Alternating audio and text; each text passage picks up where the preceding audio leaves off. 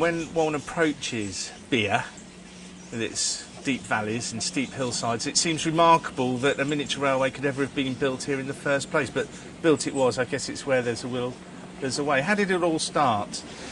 Many years, 32 years ago to be precise, Sidney Pritchard, the founder of the Pritchard Patent Product Company, known more commonly as Pico, was very much a railway enthusiast. He'd started his own model railway manufacturing business back in 1946 and subsequently moved to this site by virtue of the fact that the local authority were looking for a manufacturer to come and do something on this site. And model railway manufacturing came first, and shortly afterwards people started coming to visit the model shop and small exhibition that was started to show off the products, if you like. And they said, well, we want a cup of tea, we want somewhere to go to the toilets and have a picnic. So he started a small area of garden up here, and he thought, what better place with a view like this to put a miniature railway, which he was very fond of as well.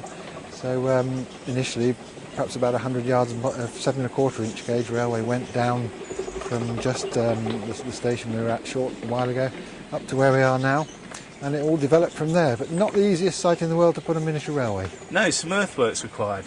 Some gigantic earthworks. There's a 30-odd feet cutting was the first major earthworks to be done to bring the railway back on a loop to the station. A huge tunnel, 180-foot long tunnel. We think the only real genuine substantial tunnel on any miniature railway in this country, whereby it actually takes the railway under the main car park for the site. Again, a major undertaking. Took all winter, closed a minor road over it for quite a substantial chunk of the winter. And that then took the railway round a big mount, which again had to be built up, which gives you the spectacular view across the sea and Lyme Bay. You get the other side of the tunnel now.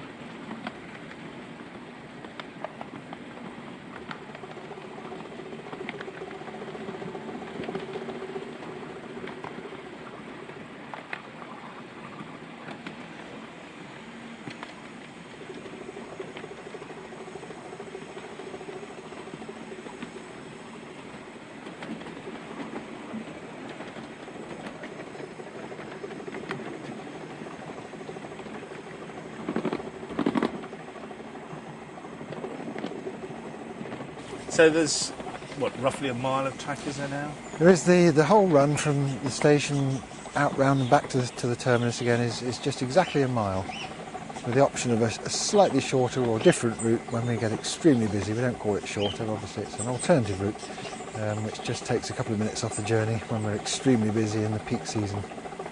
It's a fine 7¼ inch line, isn't it? One of the finest in the country, I'd say. Well, it's very kind of you to say so. We certainly like to think so. We certainly get widely acclaimed as such in the miniature railway press and the railway press generally. Really, we find because Pico is a model railway manufacturer of world acclaim, the model railway track and accessories go out all over the world. One of the few, in fact the only real manufacturer of models in this country now that are actually manufactured here rather than China or elsewhere. We're very proud of that, and because the miniature railway is very much a shop window, if you like, for the products as well, we try to maintain standards really a cut above most other railways, be they large or small. Presentation is everything really, from the drivers wearing the ties and traditional uniform to the presentation of the locomotives themselves and the rolling stock.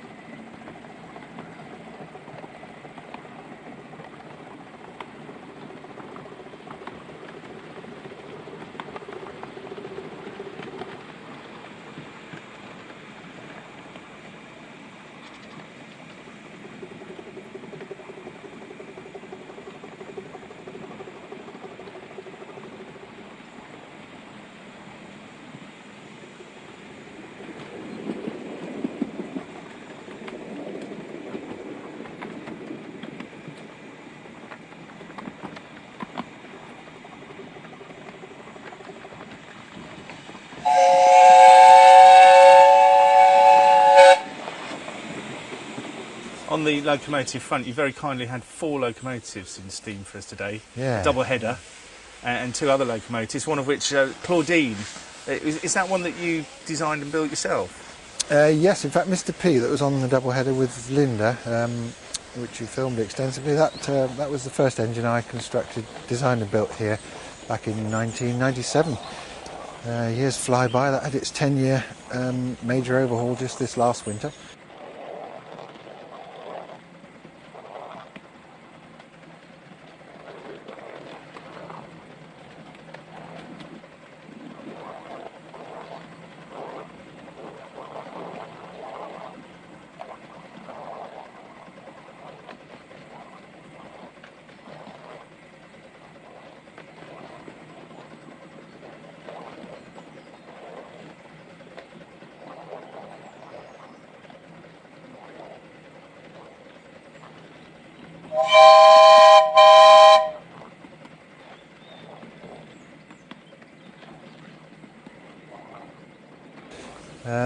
Claudine came somewhat later. That was 2 years ago, in 2005, which coincided with the 30th anniversary of the railway opening.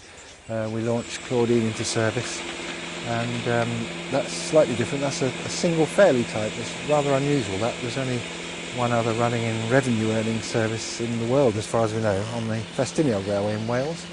And we thought the 7 1/4 version, slightly more freelance, not a scale model of that one, but the same idea, would be appropriate for this railway, which has very much the same engineering difficulties, sharp curves, steep gradients, as its counterpart in Wales.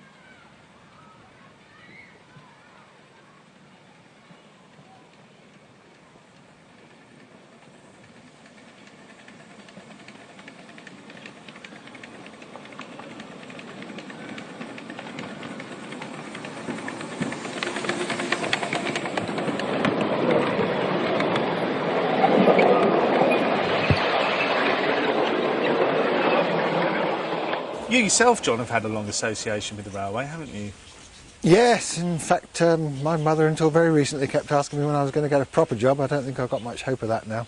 Now I've been here for, this is my 17th season, and a number of jobs before that on miniature and narrow gauge railways. In fact, since I was 21 I first started full-time steam railway.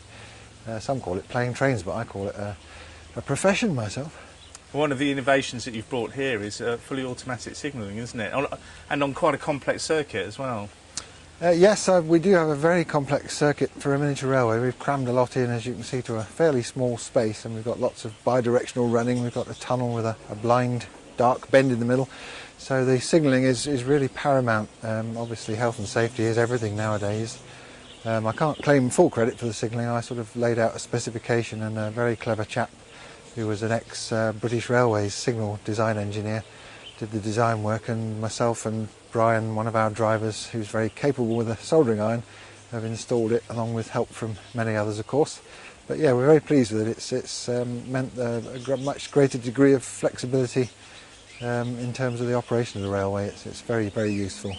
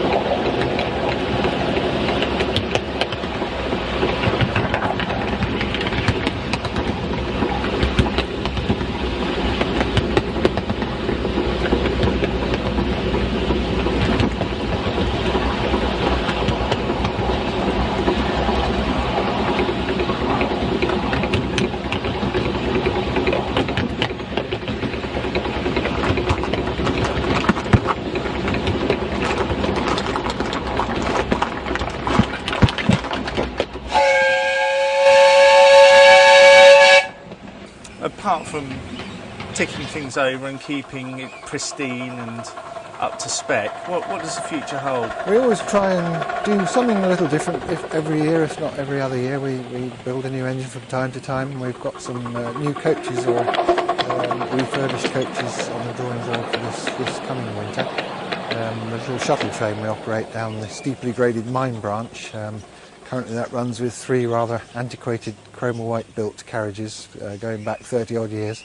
So we'll hopefully be replacing those with a more comfortable modern version. We build wagons. I'm currently making a brake van for our little goods train that we run for high days and holidays. All manner of things, finishing the signalling, extending the signalling into the station area. Always something on the drawing board, and we're never short of work.